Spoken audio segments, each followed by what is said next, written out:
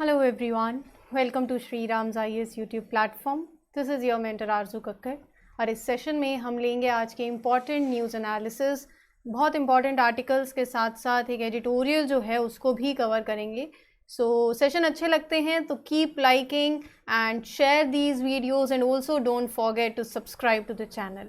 अपने बारे में बता देती हूँ. माई name is Arzoo Kakkar and I have a teaching experience of past 5 years teaching the civil service aspirants.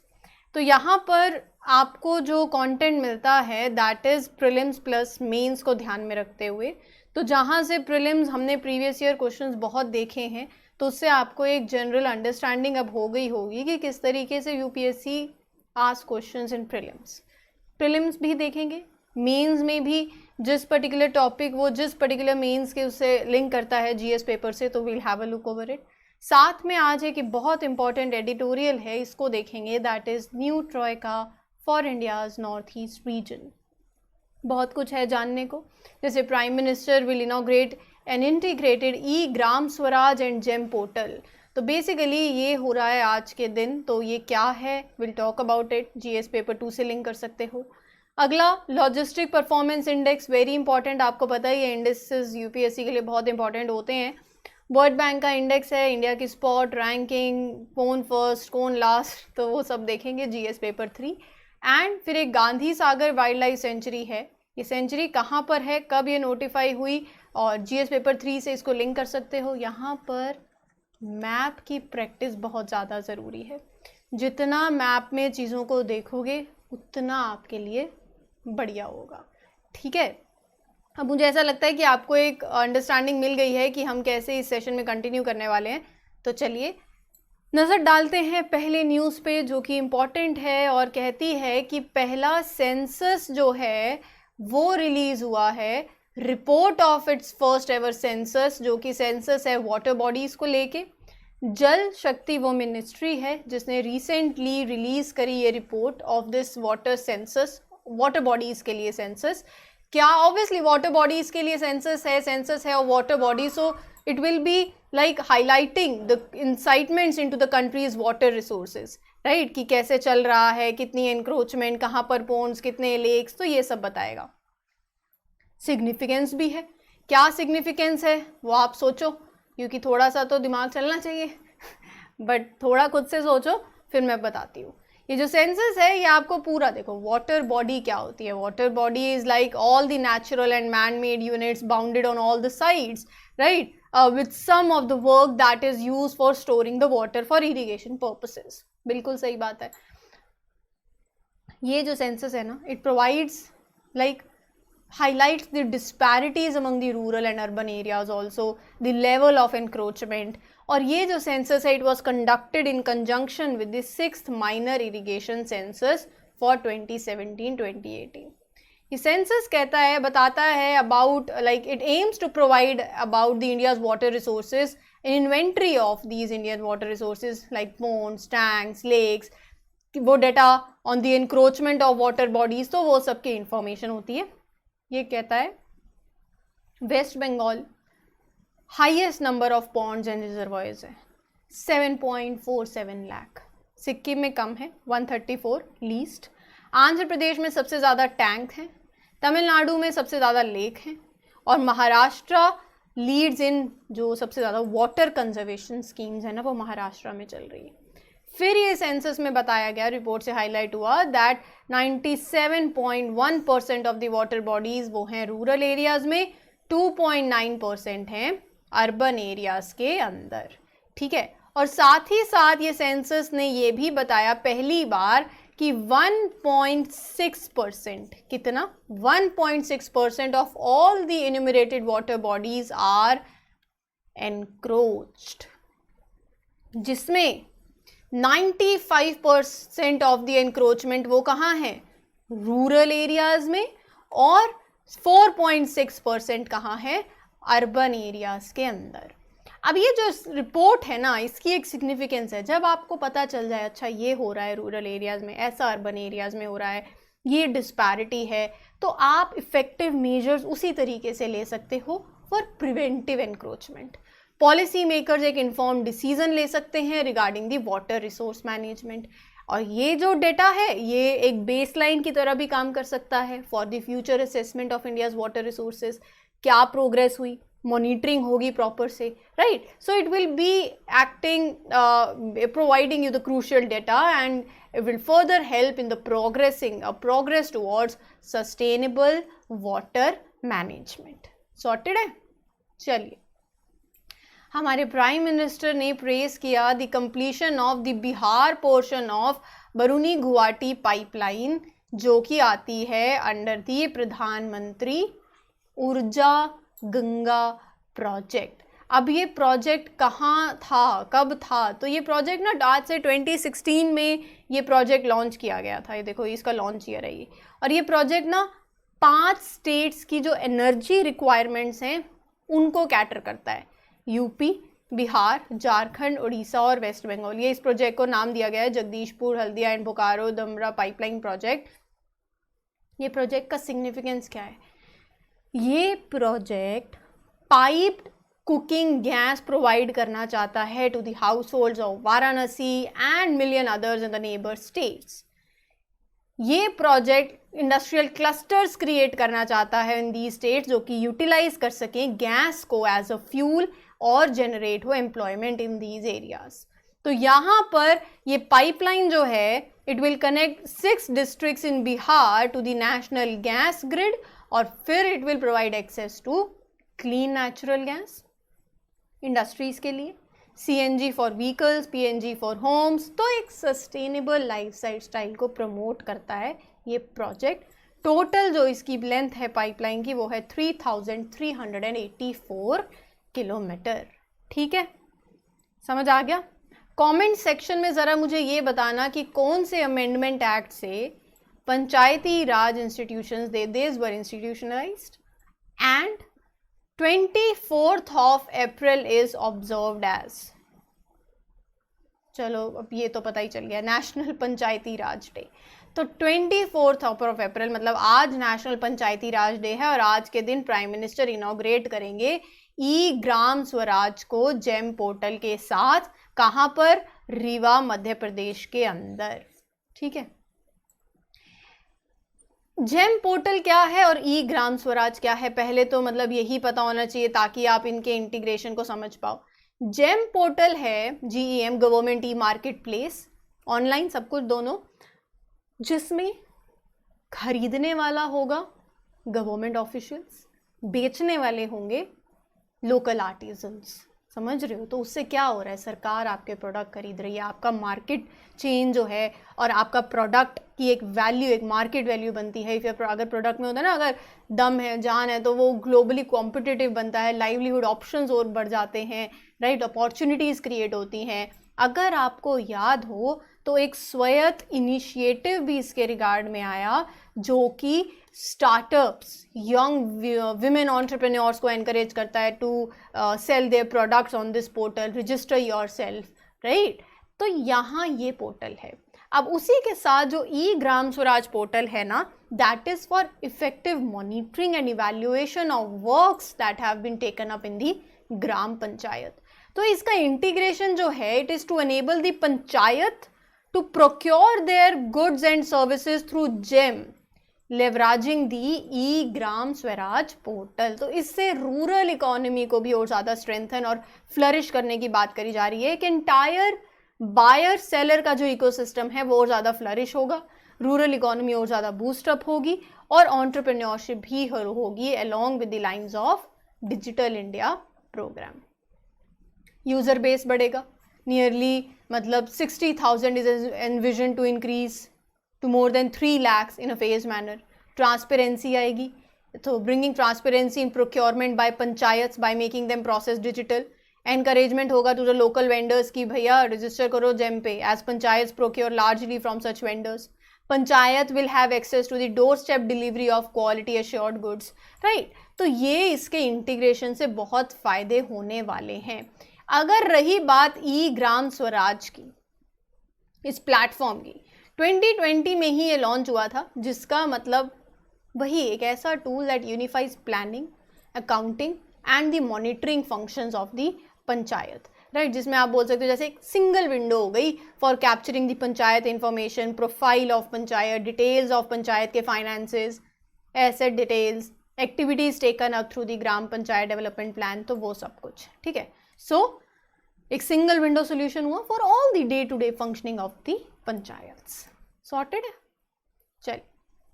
चलते हैं अगले आर्टिकल की तरफ, दैट इज इंडिया की रैंक रिसेंटली जो रिलीज कितनी हुई है वो बतानी है, that is under the logistics performance index, world bank ने रिलीज किया और इंडिया की परफॉर्मेंस इंप्रूव हुई है बाय द लास्ट जो रही रैंकिंग बाय 6 प्लेसेस।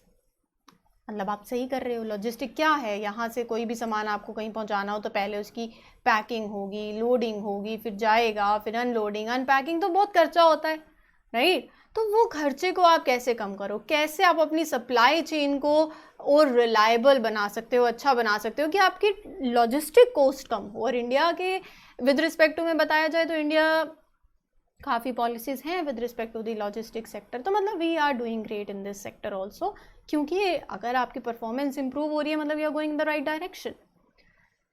ये जो इंडेक्स है ना, ये वर्ल्ड बैंक ने रिलीज़ किया है और ये एक टूल है, it is a very interactive benchmarking tool created, countries को हेल्प करता है आप अपने चैलेंजेस को आइडेंटिफाई करो and opportunities they face in their performance, क्या कर सकते हो टू इम्प्रूव योर परफॉर्मेंस।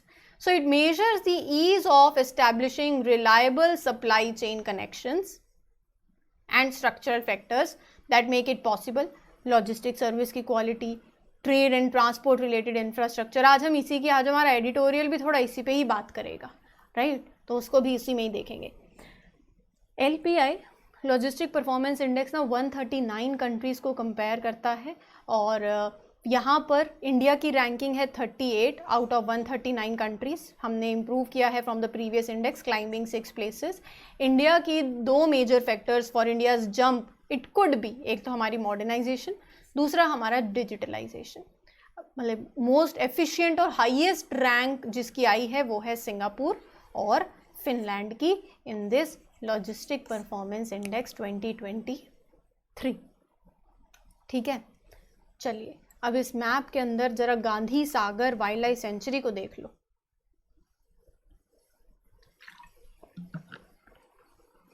देख लिया तो फिर ये सारा खेल मैप का ही है।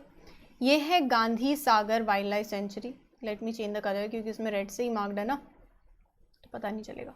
ये है Gandhi Sagar wild life sanctuary, border पे है, बॉर्डर पे मध्य प्रदेश और राजस्थान के। मैप नहीं होता तो आप तो कहीं भी गांधी सागर को सोच रहे होते।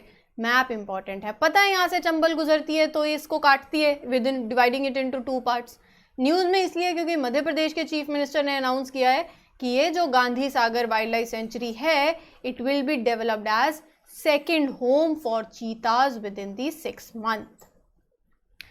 मध्य प्रदेश के अंदर है and with one of its boundary running along the border of Rajasthan. इसको सेंचुरी की तरह नोटिफाई किया गया 1974 में।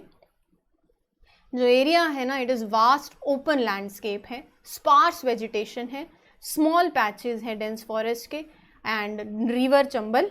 और यहाँ की जो वेजिटेशन है ड्राई डेसिडियस फॉरेस्ट। मतलब ये तो आपको पता ही होगा ना, अगर आप वेजिटेशन देख रहे हो तो राजस्थान और मध्य प्रदेश में कैसी वेजिटेशन पाई जाती है वो बिट ऑब्वियस है। गांधी सागर में भी उसके आसपास ऐसी ही मिलेगी, tropical dry mix deciduous forest. ठीक है, चिंकारा, नीलगाय, डियर, इंडियन लेपर्ड, ये सब स्पीशीज आपको देखने को मिलेंगी। हाँ, मतलब एक good population crocodiles, fish, turtles इनकी भी है।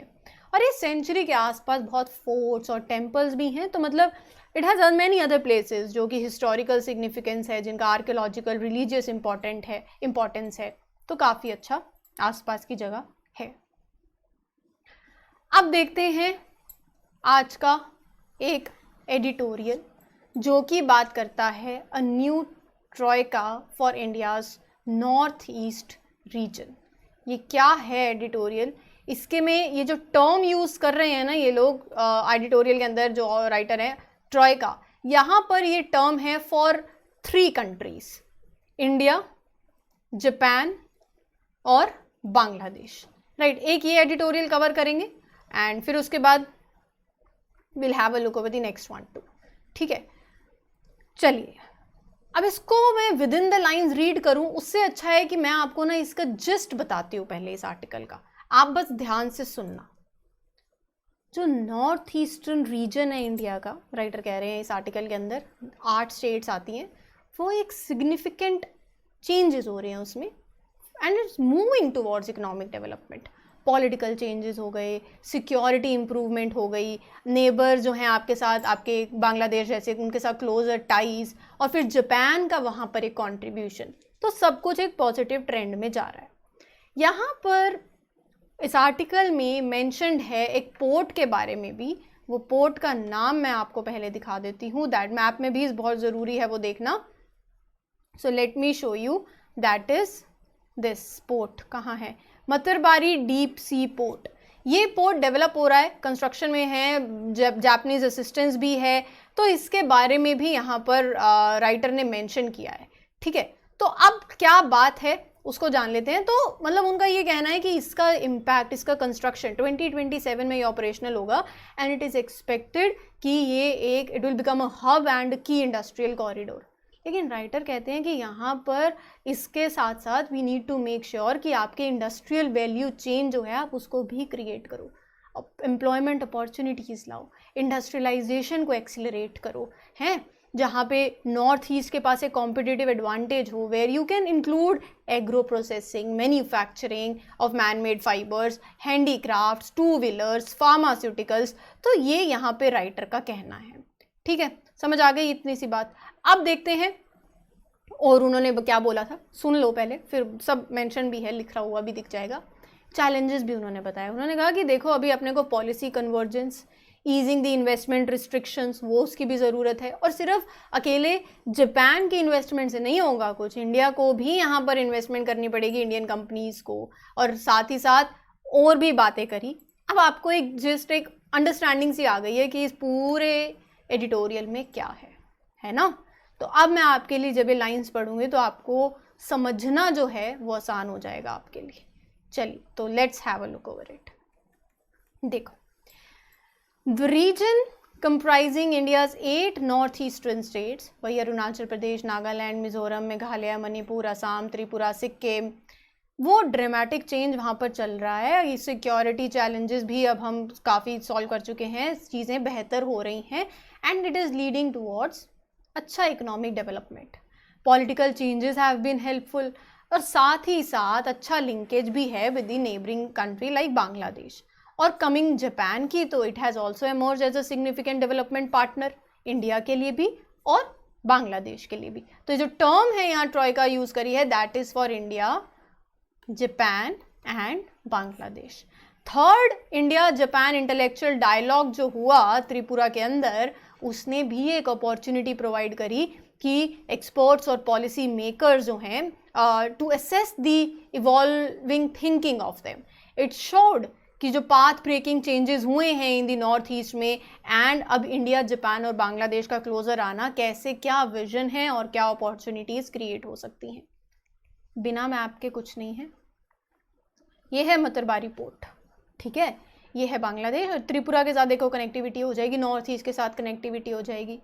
आर्टिकल ये कहता है सबसे पहले तो, it is one of the most important projects in the south eastern coast of Bangladesh, constructed with the Japanese assistance, schedule to be operational in 2027। तो काफ़ी अच्छा मतलब एक पोर्ट है that will cater to the needs of Bangladesh and north east. Long term vision है for Bangladesh and the north east, ताकि एक hub बने एंड की industrial corridor of this region, जो कि सर्व करेंगे पॉपुलेशन ऑफ 220 मिलियन।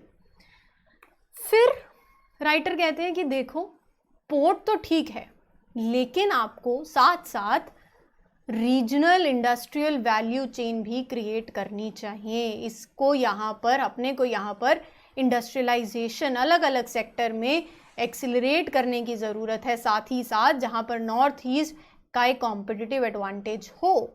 आप एग्रो प्रोसेसिंग करो, मैन्युफैक्चरिंग करो, मैन मेड फाइबर्स की, हैंडीक्राफ्ट्स की, port, two wheelers, pharmaceuticals, roads and ports must be accompanied with the job opportunities also, जो कि आएंगी from this new industrial enterprises.